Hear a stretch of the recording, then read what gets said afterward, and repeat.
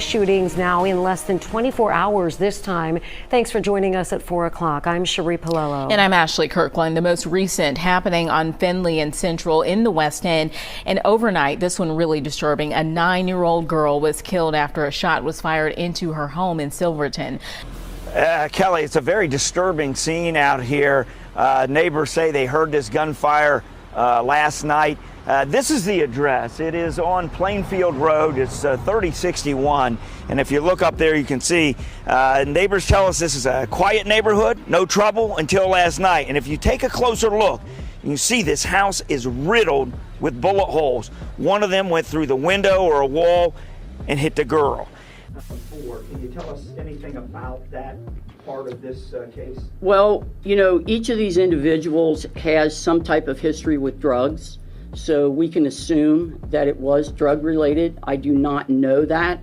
Begin that whole investigation. Was the family of the victim instrumental in that, cooperative in helping you find these individuals? I can't speak to what the family did or did not do.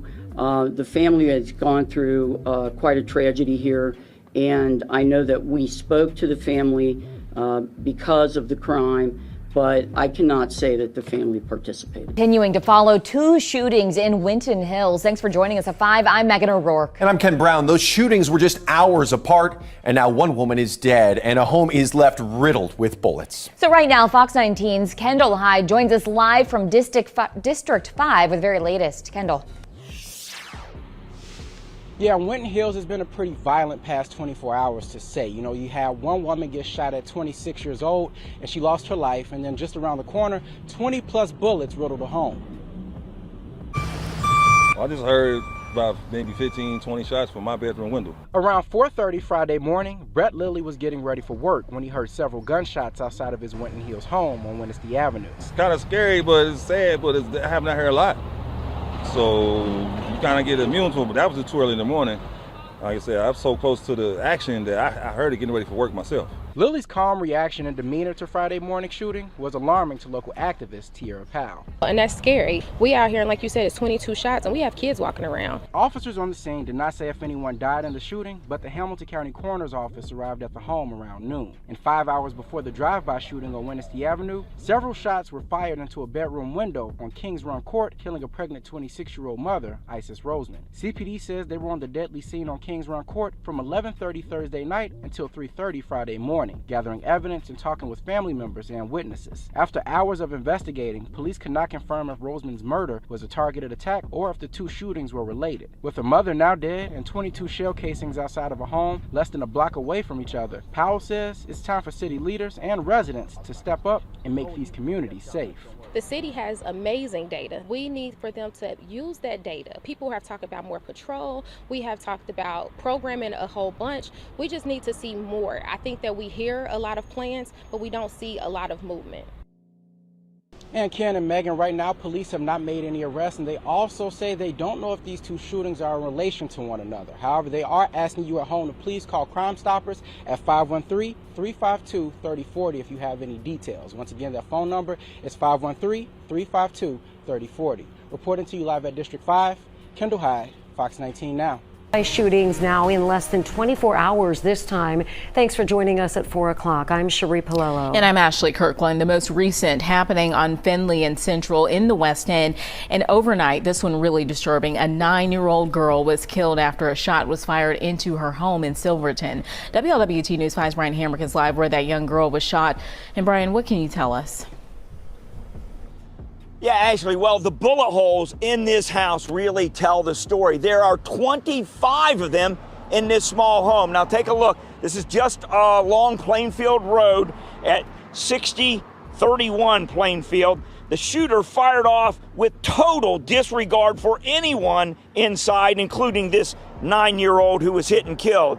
Now, the shooting broke out at about 11:40 last night. The girl's identified as Demaya Pickens Barton. Investigators say she was inside when the gunfire began. Well, one of the bullets went through either the glass or a wall. It hit her. She was taken to the hospital and she died there. If you look at this home close up, there are more than 24 shots that hit the building.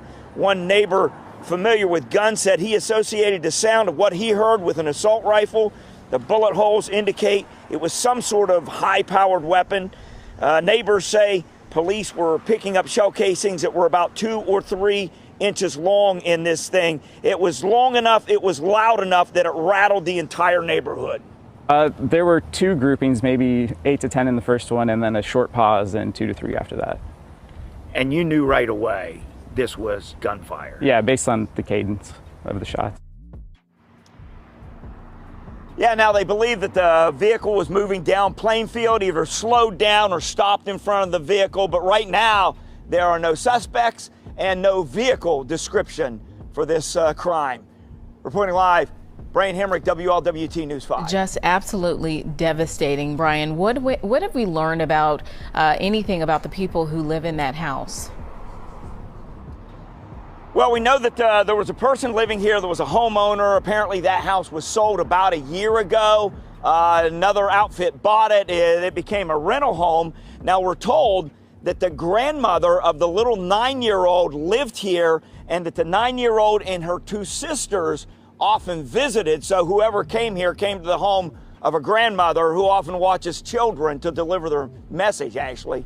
Brian Hemrick reporting live. Thanks so much. For a horrendous murder of a young girl, 9-year-old Demaya Barton Pickens. And in this press conference, I'm going to outline the men we've arrested and what they've been charged with. I'm going to outline the timeline. And prior to starting, I just want to say our sincerest condolences to the family of 9-year-old Demaya Barton Pickens. And it's been an unimaginable loss for the Silverton community. To lose a young girl in this manner it's unspeakable. And frankly, all of us are angry and heartbroken over this tragic murder.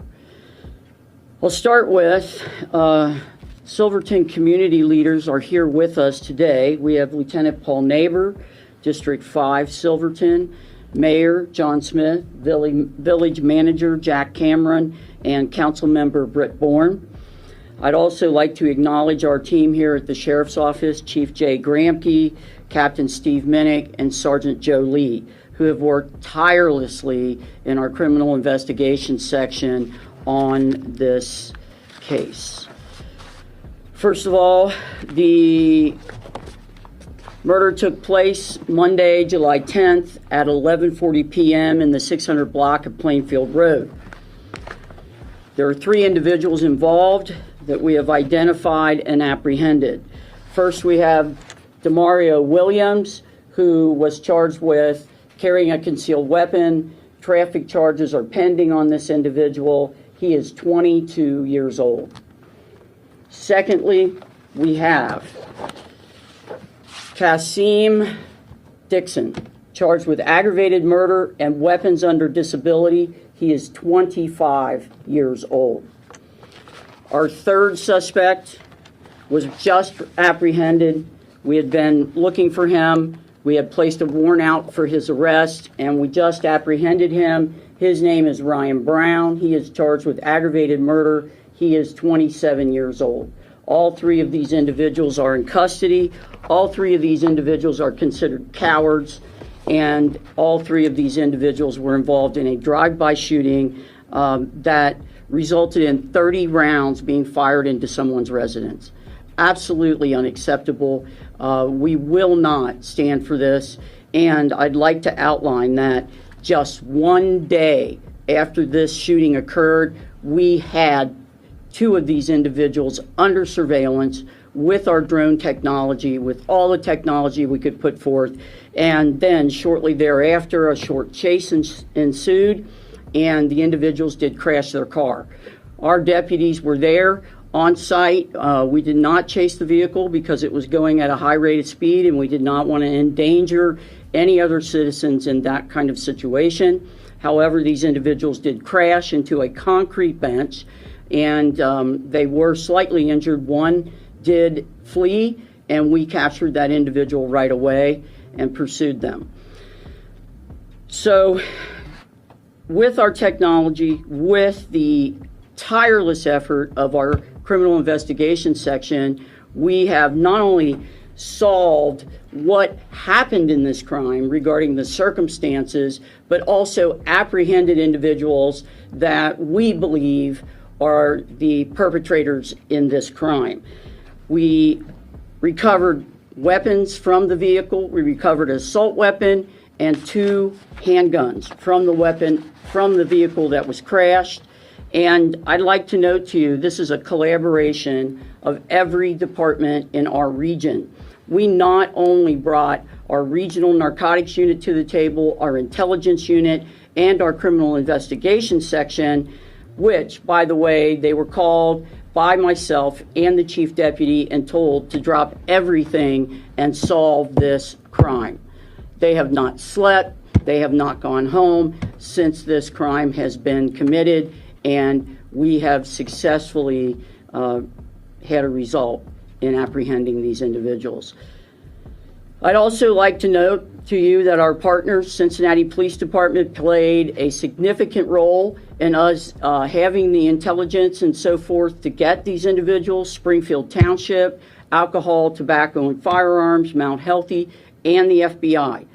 We believe the motive was retaliation. We don't know exactly what that entails, but we will say that regardless of what the motive was, it is absolutely not acceptable to act in this way, no matter what has happened, and no matter how much someone wants to retaliate against someone. You don't go out and shoot a 9-year-old innocent girl. I'd like to end, and then I'll take questions, by saying this. Yes, you have our thoughts and prayers. You certainly do. This event is going to affect us. We'll remember it for the rest of our lives, as will the family members. I want to talk about law enforcement too. The speed of this apprehension was intentional. And what I want to say to individuals in our community, in Hamilton County, in the city of Cincinnati, when you perpetrate events like this, when you shoot randomly, when you bring guns and you like to light up the area, we are going to bring every resource available to the table. We are not going to sleep. We're not going to stop until we apprehend you. This is beyond, it's beyond ridiculous that children are being shot and gunned down because people, these men and anyone like these men, these young men, can't resolve their differences without a weapon. We're not going to allow it. We're not going to stand for it. And that's my message to the public, as well as the community is cooperating. They're cooperating with us. They're talking to us. They're telling us what you're doing. And we are going to continue to protect that community and protect that information. And when people see something, they are trusting us to tell us, and that. Can you tell us anything about that part of this case? Well, you know, each of these individuals has some type of history with drugs, so we can assume that it was drug related. I do not know that, but the intel that we got was retaliation for some type of drug issue. Not robbery? And it may have been a robbery of drugs. Okay. Yes. Sheriff, how did you find out that these are the men that you want to surveil, and how did you come across them to make the stop on them? Well, as soon as this crime was committed, every law enforcement officer began to talk to each other, to talk to the community, and we began to get intelligence immediately. And once we got certain intelligence regarding who people were and where people might be, then we acted upon that. And we used our technology to begin to surveil and begin that whole investigation. Was the family of the victim instrumental in that, cooperative in helping you find these individuals? I can't speak to what the family did or did not do. The family has gone through quite a tragedy here, and I know that we spoke to the family because of the crime, but I cannot say that the family participated. Kareem Dixon has a lengthy criminal history. Starting back in 2017, as the prosecutor was detailing in court today, either he was released on bond and he violated those conditions, or he served time in jail. Once he was released, he again violated conditions. Why was he out on the streets? Why do you think he was able to be out on the streets? Well, I'm not a judge and I'm not the jury. I cannot comment on what decisions were made with this individual regarding his criminal history. I can tell you that he was not on bond when he committed this crime. He was not out on bond. Those charges had been ignored. He does have a lengthy criminal history, as does Mr. Brown here. And, you know, I don't know. I don't know why he was out. I don't know the nature of the crimes that he was arrested for originally. I do know he accelerated to this. He accelerated to a very heinous crime, and it is my hope and conviction that this gentleman will not see the light of day. And I just need some clarification. This morning in court, it said that the target was a family member named Marcus Barton, but in the affidavit it said Marcus Brown was the target. Can you clarify, is it a family member? Was it Marcus Barton that they were looking for? Well, I think that in the investigation, we make lots of different assumptions to try to run down what the facts really are. And right now, we really don't know that. We are trying to determine what the relationships were regarding these individuals and anybody that was targeted, but we cannot say for a fact what that relationship was and what name was actually associated. The AK-47 recovered from the car. I know that Dixon is charged with that. Is that connected to this crime? Do you believe that that was the gun used in this shooting? We absolutely know it was. The reason that we put, and those are the facts, that we put the press conference off until today is because we need to come to the table with facts, and those are the facts. Top of the morning, man, top of the morning. You know who it is and who it should be, man. Let me start off by saying, you seen what I posted, right? I have a precious, beautiful 9-year-old daughter at home. So it hit different. This hit different.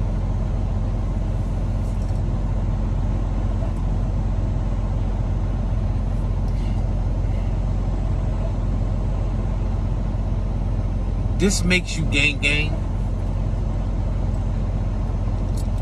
Tell me why.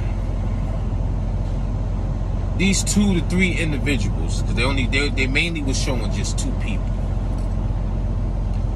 decide to riddle a house with bullets, not knowing who it's gonna hit. Like, just please help me understand, what does that solve? Like, you get brownie points for shooting anything? I thought if you had beef, if it's that serious, you shoot the person you got a problem with. Come to find out, the person that you aiming for was not even in the house. And guess who always ends up catching the stray bullet? The innocent. This child was 9 years old, man. 9 years of life. Gone forever. Because these bozos decide to shoot up a home, not knowing who's in there. The world's dumbest criminals. To me, that shit don't make no sense, bro. Because if nobody was home, you just shooting up the house. Like, it just doesn't make no sense. Like, that does not make you gang, people. That makes you stupid. And I'm glad that they caught the individuals involved. Yes, I am. Yes, I wish hell on them. Not jail. Not jail. Because I have a 9-year-old, man. I can't even imagine that family's pain. You understand me? I wish hell on them. Skip jail. Matter of fact, I wish we had that same law like they do in Iraq. what they call that? What they call that, man? When they line the people up and shoot them and all that. That's what they should do to them, man. An eye for an eye in my book. I hate to say it. I'm a God-fearing person, but eye for an eye, man. You kill somebody with senseless violence, with gun violence, you need to face the same fate. Forget going to jail. Blow your top off, and then you burn in hell after that. This baby girl didn't deserve that, man. Then they said 5 hours prior, this gang decides to shoot up in an apartment window and hit a 26-year-old pregnant woman. Make this shit make sense. You shoot up in a window and you hit a pregnant woman that was 26 years old. She gone forever. And I think the baby did not survive. I'm just trying to figure out, youngsters, because only a stupid person would do this. Like if I had beef and it was that up, I'm gonna wait till I see the person right there in front of me. Huh? Nobody else around them that's innocent, because I have that much heart, that much sense, and I'll blow his top off. You get what I'm saying? And that's it. Nobody else, no casualties of war, no other damage done. Just you gone, that's it. If it was that serious with J. Cash. Like I always told y'all, I don't understand this new generation, because it was shootings back then in the 90s, but in my time, we didn't go straight for the gun. We went straight for these hands. Like, I'm going to embarrass you in front of people. I'm going to put hands on you. Like, that's all I knew coming up. And then if a dude act like he wanted to go to war with guns, that's when the guns came out, people. I'm just being 100 with you. I'm not going to sit here and say that I've never been in a shootout. Of course. But it was towards that person. There wasn't no innocent people around. Like I said, if it was grandma, the man had kids. I remember one time, I was in the mall one time and I had to drop on him. He was there with his baby moms and his kid. I let him live, man. I said, you know what?